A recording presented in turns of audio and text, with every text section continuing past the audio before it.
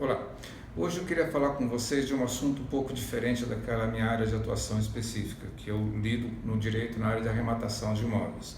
E a gente que atua nessa área, qualquer advogado do direito imobiliário já se defrontou com uma situação muito delicada, que é aquela situação que a pessoa comprou um imóvel, deixou eventualmente tomar um cuidado devido, não fez o registro do seu contrato, não mandou fazer escritura, fez um contrato de gaveta, também é muito comum, e acontece que isso pode em algum momento ser caracterizado como fraude contra credores, e o juiz decreta a ineficácia desse ato, permite a penhora do imóvel.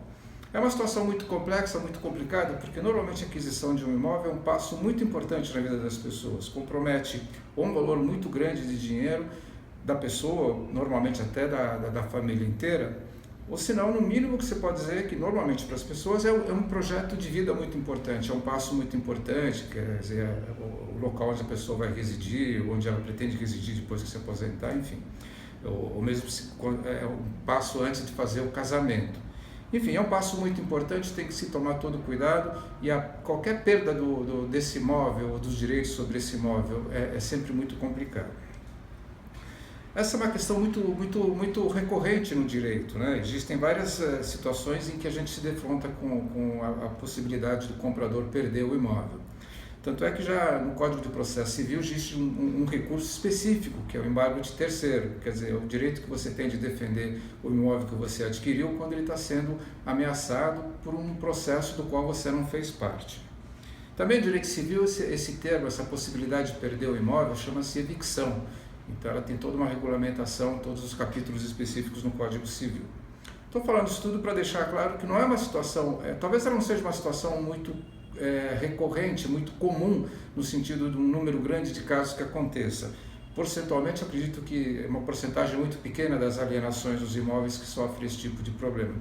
Mas, mesmo sendo porcentualmente um número pequeno de situações, quando elas ocorrem, podem representar um prejuízo muito grande. Então, vamos lá. Para entender corretamente essa situação, a gente teria que voltar um pouco atrás no tempo. Desde a época do direito romano, o que garantia a dívida de uma pessoa era a sua liberdade, ou até mesmo sua própria existência física, sua vida. Isso quer dizer que se a pessoa tivesse uma dívida, ela poderia se tornar escrava de uma outra pessoa, de que era sua credora, ou até mesmo ter o término da sua existência física, enfim, ser morta para pagar essa dívida. É claro que no direito moderno isso não poderia admitir. Hoje você não consegue imaginar uma situação em que uma pessoa viesse a ser escravizada por outra para pagar uma dívida. Atualmente vigora o princípio de que o que garante a dívida de uma pessoa física ou de uma pessoa jurídica é seu patrimônio. Isso quer dizer, o que nós estamos discutindo agora, que o patrimônio que a pessoa tem vai garantir a dívida dela. Então você tem que verificar se no momento em que você está adquirindo esse imóvel, se a pessoa tem ou não tem condições de fazer a venda desse imóvel. Porque se ela tem dívidas sendo cobradas, inscritas nos cadastros de proteção, enfim, esse patrimônio que ela está te vendendo poderá ser considerado como ineficaz para efeitos de alienação. Quer dizer o quê? Não é que a venda seja nula, essa é um capítulo diferente no direito. Quer dizer que a venda que foi feita, da qual você, adquirente, participou como comprador, ela é ineficaz. Isso quer dizer que esse imóvel pode ser penhorado e pode sofrer o que a gente chama a fase do processo, que seria a constrição, que seria a expropriação. E esse imóvel, no caso do imóvel que nós estamos falando, poderia vir a ser penhorado, posteriormente enviado para leilão e arrematado. Isso quer dizer que você teria, então, nessa situação, que apresentar a sua defesa e comprovar que você fez uma aquisição boa, que você fez uma aquisição com os cuidados devidos e que esse patrimônio que você adquiriu não pode estar sujeito a essa circunstância jurídica. O direito é muito comum esse tipo de situação, embora talvez não seja em número de processos, porcentualmente, mas em número de processos ocorre com bastante frequência. E quando ocorre essa questão de você ter um imóvel que já foi alienado, penhorado, é uma situação que para o comprador é muito complexa, porque afeta muito fortemente seu patrimônio, sua expectativa de vida e tudo mais. No direito você tem, só para ter uma ideia, possibilidade de fazer defesa por embargo de terceiro, que seria você que não participou da relação comercial, de apresentar uma defesa protegendo o patrimônio que você adquiriu. E se porventura ocorrer essa perda do imóvel, se a defesa apresentada não for suficiente boa para afastar essa penhora, essa incidência de eventual arrematação, você vai sofrer o que se chama de evicção, que também tem toda uma regulamentação no Código Civil da maneira correta de ser indenizado.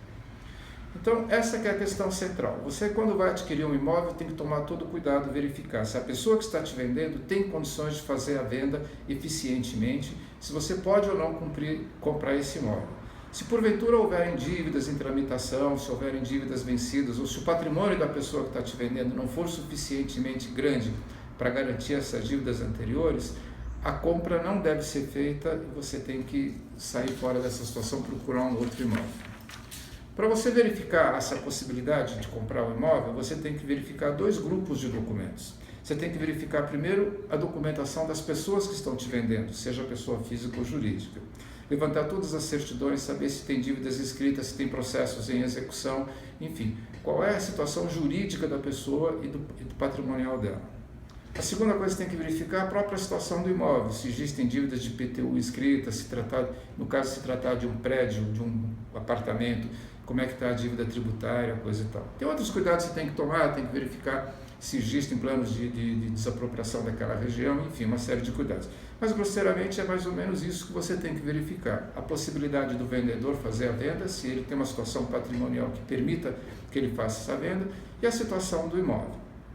Hoje em dia tem uma nova legislação que ainda já está promulgada, chama-se a concentração dos atos na matrícula do imóvel, mas por enquanto ainda, antes de acabar 2016, embora a lei esteja em vigor, eu acho que ainda é prematuro para a gente fazer a aplicação dessa lei. Hoje, se alguém me pedisse uma assessoria para fazer a compra de um imóvel, assessorar ele, eu levantaria todas as certidões e verificaria corretamente cada uma das ações e o perigo que está exposto. Bom, é mais ou menos isso. Então, se você está querendo comprar um imóvel, eu acho que você devia contratar, não é defender a profissão nem nada, mas teria que ter uma boa assessoria de um advogado que tenha experiência na área e também ter uma assessoria de um corretor de imóveis para te ajudar na análise da viabilidade econômica do que você está fazendo. A matéria é muito extensa, espero que nesse curto espaço tenha sido possível aclarar. Obrigado.